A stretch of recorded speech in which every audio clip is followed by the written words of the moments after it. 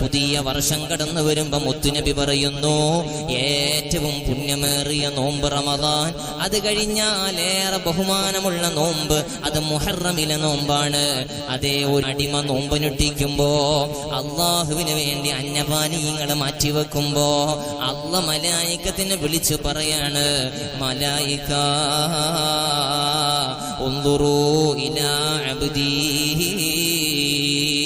എന്റെ അടിമയിലേക്ക് നോക്ക്, എന്റെ അടിമയിലേക്ക് നോക്ക്. നിങ്ങളെ പടക്കണ്ട, സൃഷ്ടിക്കണ്ട എന്ന് പറഞ്ഞ വിഭാഗമല്ലേ അവര്.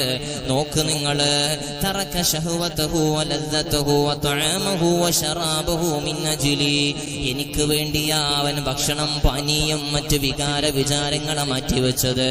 എന്റെ അടിമയിലേക്ക് നോക്കെന്ന് പറഞ്ഞ അഭിമാനം പറയുമെന്ന് മുഹമ്മദുർ റസൂലുള്ളാഹ് സല്ലല്ലാഹു അലൈഹി വസല്ലം.